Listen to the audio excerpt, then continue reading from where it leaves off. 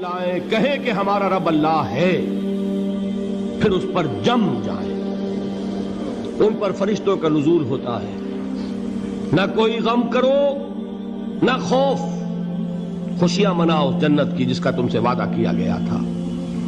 اللہ کی ربوبیت پر اطمینان جب انسان کو ہو جاتا، میرا رب اللہ ہے، ربی اللہ، انسان کے لیے نہ کوئی کھٹکا، نہ کوئی خطرہ، نہ کوئی خوف، نہ کوئی حزن۔ جو کچھ ہو رہا ہے کس کے اذن سے ہو رہا ہے؟ اللہ کے اذن سے۔ اللہ کے اذن کے بغیر پتہ تک نہیں ہلتا۔ یہ کوئی اندھا بہرا مادہ نہیں ہے جس سے مجھے کوئی خوف ہو۔ اندھا بھینسا چلا آ رہا ہو اس سے تو ڈرنے کا ہر انسان کو ڈرنا چاہیے، نہ معلوم کس کو ٹکر مار دے۔ لیکن نہیں، اس کائنات کو چلانے والا ایک سمیع و بصیر خدا ہے، وہ جو میرا دوست ہے، میرا ولی ہے۔ اللہ ولی الذین آمنوا یخرجہم من الظلمات الی النور۔ اللہ اہل ایمان کا ولی ہے، ساتھی ہے، پشت پناہ ہے، مددگار ہے، حمایتی ہے۔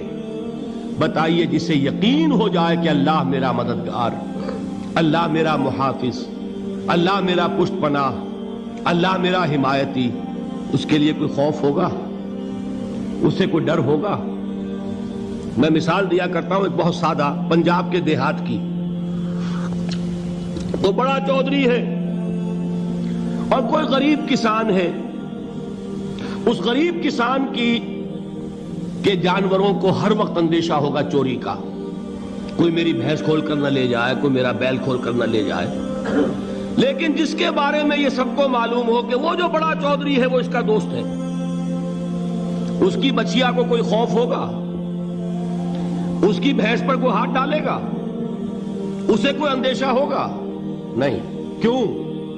کہ وہ بڑا چودھری، بڑا اس کا یہاں کا سردار، جاگیردار، سب کو معلوم ہے وہ میرا دوست ہے، کوئی میرے خلاف اقدام نہیں کر سکتا۔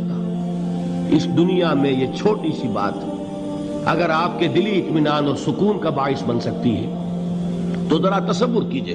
میں لفظ تصور استعمال کروں گا صرف اس لیے کہ اس کا ہم جس کو کہتے ہیں ادراک اور شعور کر نہیں سکتے، اگر کے ساتھ کر سکتے۔ اگر یقین ہو کہ اللہ میرا مددگار اور یقین ہو کہ اللہ ہر آن میرے ساتھ ہے، پھر کوئی خوف؟ کس کا خوف؟ کوئی شے اللہ سے بالاتر ہے؟ کوئی قوت اس سے زیادہ طاقتور ہے؟ کوئی اس کے ارادے کو بدلنے والا ہے؟ کوئی اس کی مشیت کے آڑے آنے والا ہے؟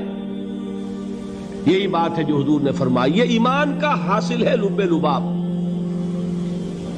کہ دیکھو اچھی طرح اس بات کو ذہن نشین کر لو، اگر تمام انسان مل کر تمہیں کوئی نقصان پہنچانا چاہے نہیں پہنچا سکتے، مگر جو کچھ اللہ نے لکھ دیا ہو، اور تمام انسان مل کر تمہیں کوئی نفع پہنچانا چاہے نہیں پہنچا سکتے، مگر وہ شے جو اللہ نے طے کر دی۔ آپ پھر میں کہوں گا ذرا طاری کیجئے، اسے فرض کیجئے، اسے سوچئے۔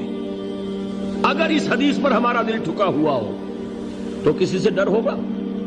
یہ مجھے نقصان نہ پہنچا دے، یہ میری رپورٹ خراب نہ کر دے، یہ میری انکریمنٹ نہ رکوا دے، یہ میرا یہ نہ بگاڑ دے، یہ میرے یہ نقصان نہ پہنچا دے۔ اس کا ڈر، اس کا ڈر، اس کا خوف، اس کی خوشامد، اس کے لیے جا کر طرح طرح سے اپنی عزت نفس کو ذلیل کروانا اس کے سامنے، یہ سب کچھ کیوں کرتا ہے انسان؟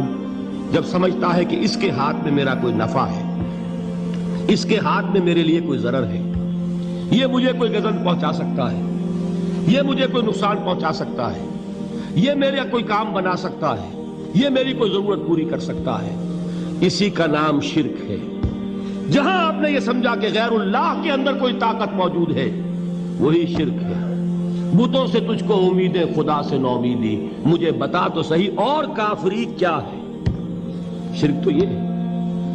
جس پر بھی تمہیں یہ خیال ہے، کلمہ ہے یہ کلمہ سوم، لا حول ولا قوت الا باللہ، ذرا اس پر دل کو کبھی اگر آپ تصور کریں، پھر فرض کریں، دل ٹھک جائے اس پر، کوئی طاقت نہیں۔ یہی بات تھی جو شیخ عبد القادر جیلانی رحمۃ اللہ علیہ نے اپنی وصیت میں اپنے بچے سے کہی. 11ویں دینے والے ہیں، لیکن حضرت شیخ عبد القادر جیلانی کی وصیت اور تعلیمات کو کتنے لوگ ہیں تم جانتے ہو؟ یہ جن مقامات تک پہنچے ہیں وہ کس چیز کی بدولت پہنچے ہیں؟ انہوں نے جو پیغام دیا وہ کیا تھا؟ اے میرے بچے، جس طریقے سے قرآن مجید میں حضرت لقمان کی نصیحتیں جو ہے نقل کر دی گئی ہیں، میں یہ عرض کروں گا بالفرض اگر قرآن حضرت عبد القادر جیلانی کے بعد نازل ہوا ہوتا تو شیخ عبد القادر کی یہ نصیحتیں بھی قرآن میں درج ہوتی. اتنی اونچی نصیحتیں ہیں. اے میرے بچے، اس حقیقت کو ذہن نشین کر لے، لا فاعل فی الحقیقت ولا مؤثر الا اللہ.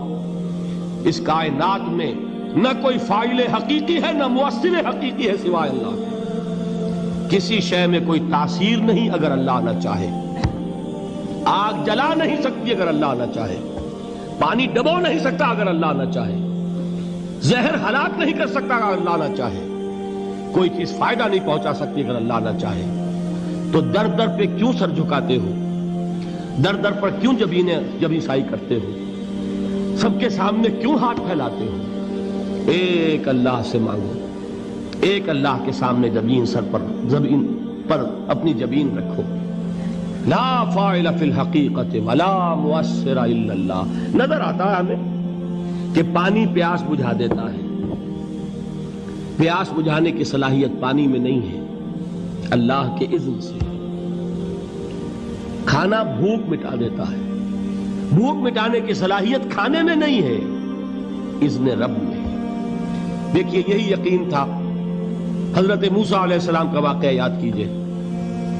سامنے سمندر آ گیا ہے. قوم دیکھتی ہے پیچھے کہ گرد و غبار کا طوفان ہے.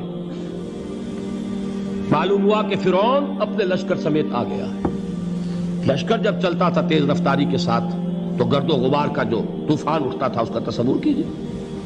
اور لمحہ مادیات پر ہے، اللہ پر نہیں. اس وقت کہاں راستہ تھا؟ کوئی راستہ تھا؟ سمندر ہے اور ادھر سے لشکر آ گیا ہے. کلا ان معی ربی سیہدین. اب دیکھیے ایمان کہہ دینا آسان ہے، ہوا معکم اینما کنتم. جہاں کہیں بھی تم ہوتے ہو اللہ تمہارے ساتھ ہوتا ہے. لیکن اس کا یقین قائم ہو جائے تو زمین و آسمان کا فرق واقع ہو جائے.